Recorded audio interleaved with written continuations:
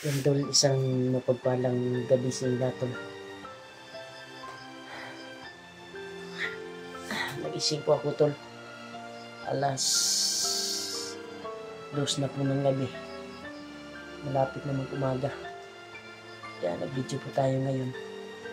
Dahil si Lolo Ambo po ay napakita po sa atin. Kaya may importanteng pinaabot sa atin. Hindi ako naniniwala na si Lolo Ambo ay nakaabot dito sa bahay. Nagpakita sa atin dito sa bahay.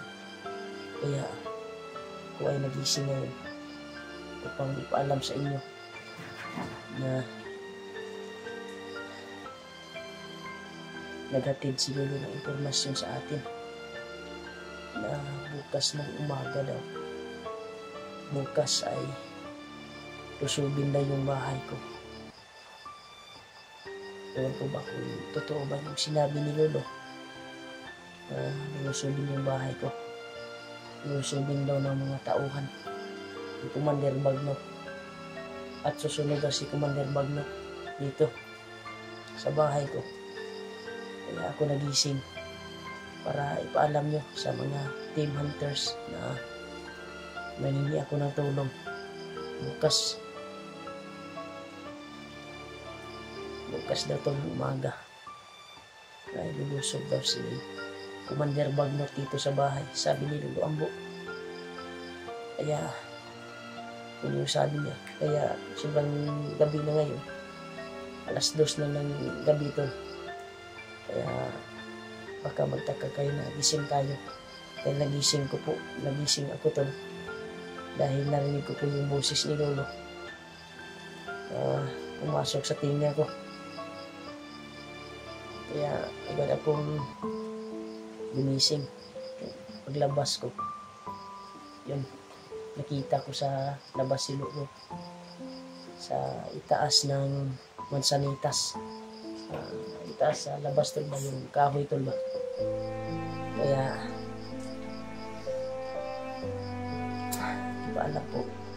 ipaalam na video po tayo para ipaalam po sa inyo, para ma-share nito yung video na ito sa mga kasamahan ko na hunters. Patulungan ako bukas sa pagmasid dito sa bahay. Dahil yun yung sabi ni Lolo Ambo na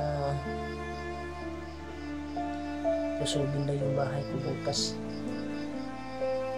Basta yun yung sabi niya, bukas daw lusubin na yung bahay ko. Kaya share nyo itong video na ito tol. Sobrang gabi na ngayon, alas 2 na ng gabi. Sure ako natulog na si Kuya Buds ngayon, pero mag-reply ako sa kanya ngayon para punta siya dito. Delikado po dito. Isa pa, may sinabi si Lolo Ambo na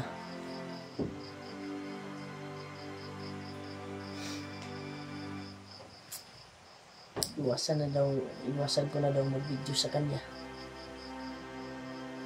dahil na-monitor na siya ng mga kalaban, ng mga commander. Kaya iwasan na daw mag-video. Kaya minsan lang siya magpapakita sa akin to, nangangailangan siya ng tulong. Kaya hindi na daw siya bibidyohin, sabi niya sa akin. Kaya sa mga supporters dyan na sa susunod pag-akyat ko ay hindi na magpa-video si Lolo, pero kung tatawagin ko siya ay lalabas pa rin siya, pero hindi na daw ako mag-video dahil na-monitor na siya ng mga commander. Kaya tarating na daw yung commander na mas malakas pakikilaw. kilalang kilala po daw natin. Ang iba kundi si Commander Bagnot daw. Ang pinakamalakas commander dito sa bundok. Kaya nais ko lang ipaalam sa inyo to na i-share itong video na ito para malaman sa mga kasamahan ko na critical yung kalagayan ko bukas. Dahil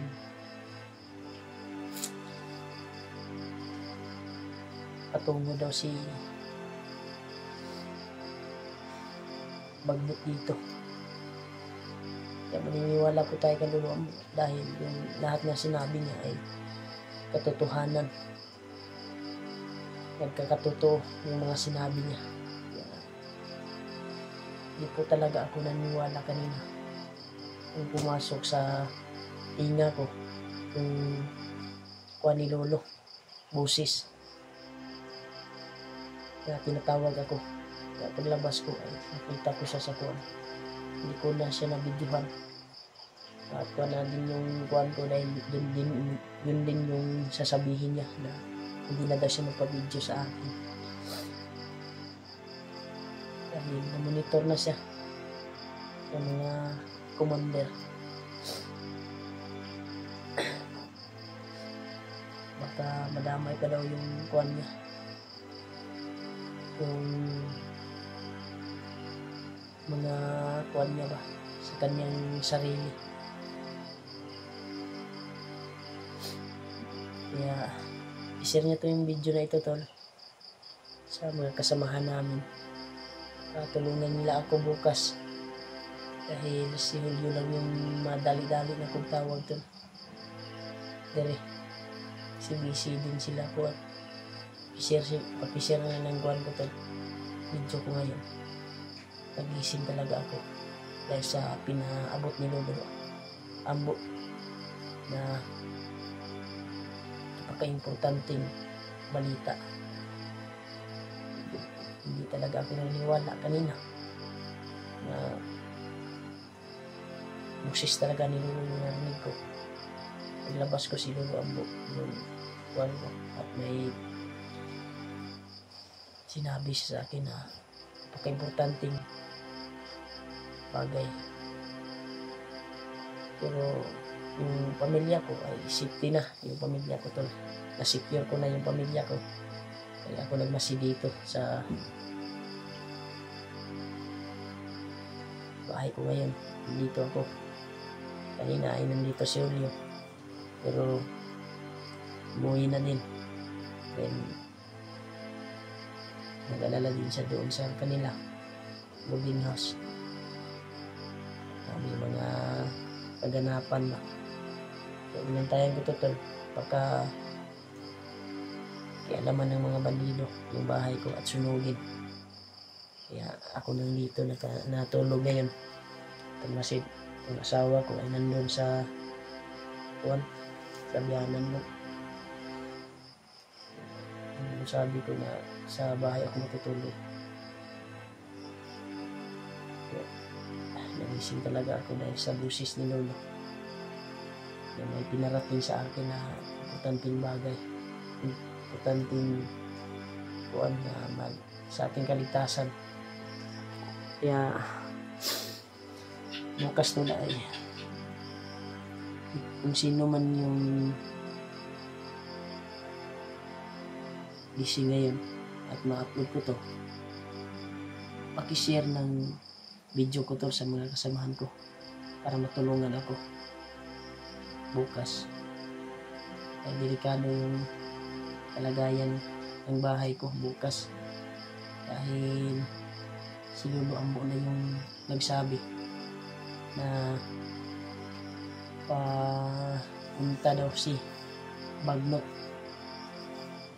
Bukas na bukas ay darating daw yun dito sa bahay dahil na-monitor na yung bahay ko at tinuro ng may alam. Pero yung kuwan ko to, yung kuwan ko kung sino nagturo, si Dudong siguro yung nagturo sa bahay ko ngayon. Yun yung suspect ko ba, kasi yung nagturo sa bahay ko.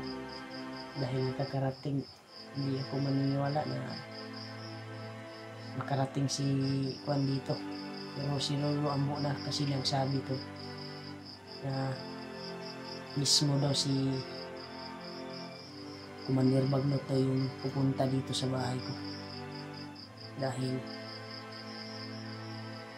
may hinahanap sila na isang bata na hawak ko ngayon. Yun yung sabi ni Lolo Ambo na gusto nilang kunin yung bata na hawak ko na si Noah, yung bata na nilagay ni Kuya Bas. Nandun na to, sinipte ko na yung pamilya ko at yung alaga ko na si Noah. Yun, pinasama ko na doon dahil delikado yung kalagayan dito. Yun yung sabi ni Lolo Ambo to, lulusog si Commander Bagnot. Share nyo itong video na ito tol, para may kasama ako bukas sa pagmasid dito sa bahay. Dahil delikado yung bahay ko tol, baka sunugin ng mga bandido. Hindi kaya may iba silang balak. Dahil yun yung sabi ni Lolo Ambo tol sa akin na lulusog daw si Commander Bagnot. Share nyo itong video na ito tol, kung upload ko man ito ngayon o bukas ng umaga pa ko itong upload. I-share nyo yung video ko sa mga kasamahan kong team hunters at ipagdarasal nyo po yung kaligtasan nyo ngayon tol. Walang anumang bandido na papasok dito. Pero tingin ko parang yung sabi ni Lolo Ambo, magkakatotoo siguro yun. Dahil hindi na ako naniwala na magkarating si Lolo Ambo dito. Pero lumabas talaga ako para iikuan kong si Lolo ba. Kaya si Lolo yung nakita ko to.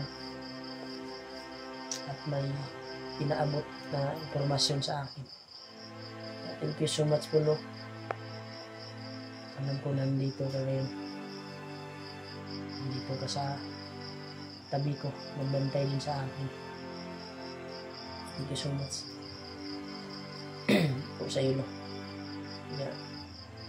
Naintindihan ko yung Lo, yung sinabi mo sa akin na hindi ka na magpapabidyo. Kung gusto